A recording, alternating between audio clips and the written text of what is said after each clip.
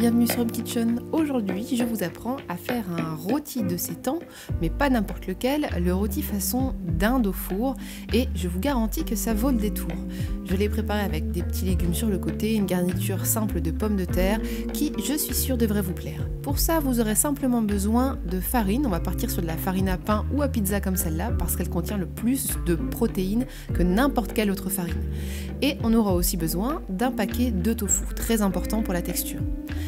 D'abord, je vais faire en deux fois, donc parce que j'utilise 2 kg de farine, donc on va tout simplement mélanger de la farine avec de l'eau, sans levure, pour obtenir un pâton. Donc pas besoin de pétrir pendant une demi-heure, on veut simplement que la farine s'amalgame et donne une espèce de belle boule de pâte. Ce qui est intéressant avec ce processus, c'est qu'on va tout de suite avoir beaucoup de matière pour peu de coûts, puisque la poudre déjà préparée de gluten de blé coûte excessivement cher. Vous pouvez avoir jusqu'à 7 €, 8 € pour un paquet de 500 grammes qui va vous faire une ou deux utilisations, alors que de la farine, ça se trouve vraiment n'importe où.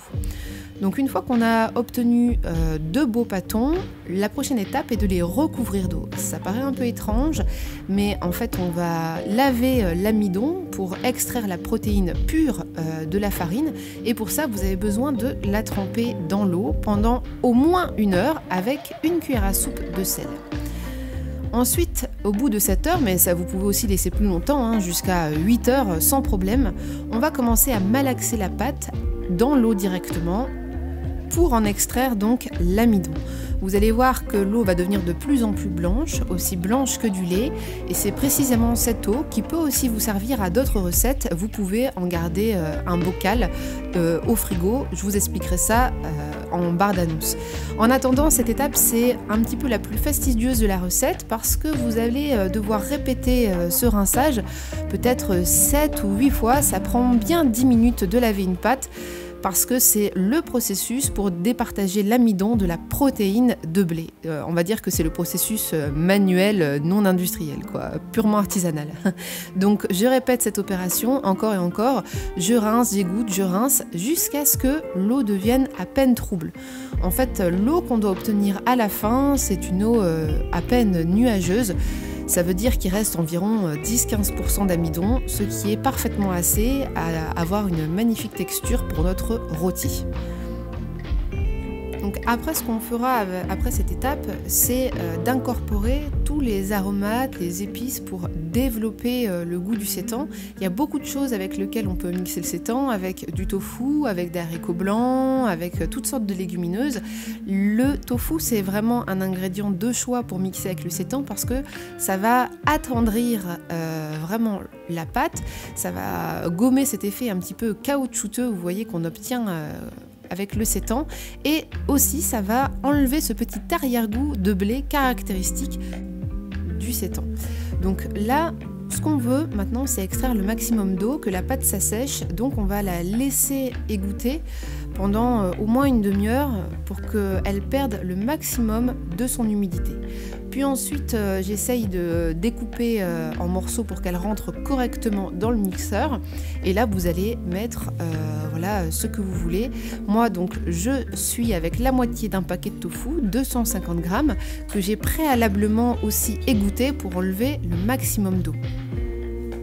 Puis, je mets un petit peu de bouillon végétal. Celui-là, c'est un bouillon végétal goût bœuf, mais je l'utilise parce qu'il n'a aucune couleur et il a très bon goût. Il se trouve dans n'importe quel magasin bio, mais vous pouvez aussi aller avec votre propre imagination d'épices, de tout ce qui pourrait faire que le sétan a un super goût, mais attention, pas de liquide pour essayer de ne pas réhumidifier la pâte.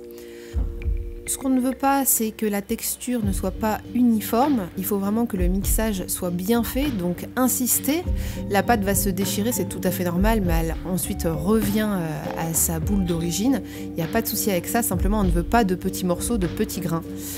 Ensuite, pour rajouter un petit peu de juteux et de gras naturel, je rajoute 2 cuillères à soupe de beurre végétal et je fais le dernier mixage. Ben oui, dans la viande, il y a naturellement du jus, il y a naturellement du gras, donc là on veut apporter du goût, on veut apporter du gras à cette pâte. Donc là on obtient un très gros pâton puisque j'ai rassemblé les deux boules. On obtient quelque chose d'assez mou, d'un petit peu une consistance bizarre, mais ne vous inquiétez pas, tout ça va très bientôt s'arranger. La prochaine étape, c'est quoi qu'il arrive de l'emballer dans une première couche de papier sulfurisé.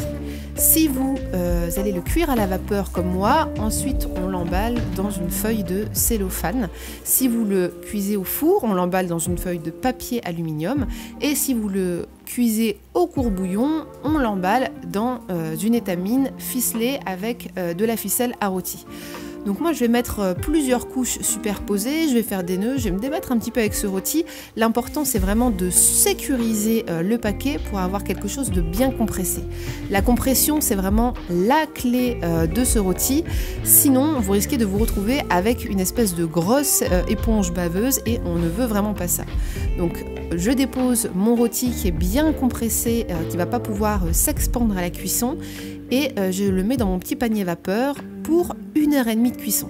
Moi j'aime bien la vapeur parce qu'on peut maîtriser un petit peu la puissance entre guillemets, ça va être une cuisson douce quoi qu'il arrive, alors qu'avec le court-bouillon ou au four, il faut quand même rester à côté et faire attention, voire se munir d'un thermomètre culinaire, parce que parfois on peut avoir des petites surprises si la température monte trop.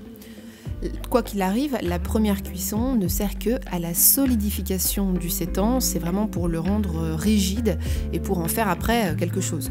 Moi ce que je fais c'est que je le badigeonne de beurre après cette cuisson et je vais m'occuper de lui faire une espèce de petite peau un peu croustillante aux épices comme si c'était un vrai rôti. Donc je fais tremper des feuilles de riz dans du bouillon, le même bouillon végétal que tout à l'heure, où j'ai juste rajouté un petit peu de sauce soja pour la couleur. Donc je dispose mes feuilles de riz sur le rôti. Ça sert à rien d'avoir quelque chose de très appliqué parce que les feuilles de riz de toute façon c'est fragile.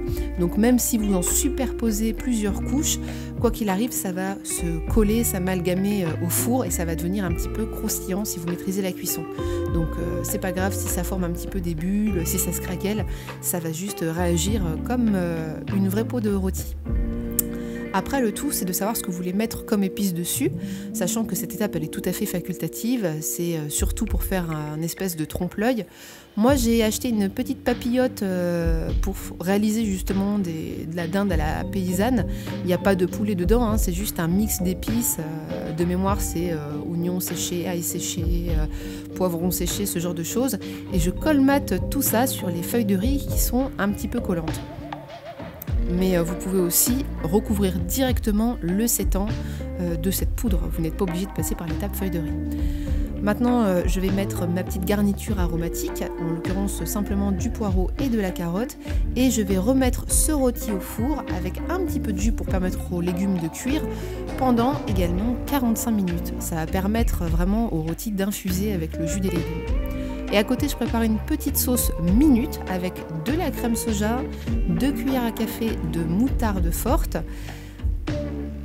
Je vais aussi mettre de la poudre d'oignon, environ 1 cuillère à café, mais aussi de la poudre d'ail, des graines de moutarde. Bien sûr, vous pouvez adapter selon votre goût.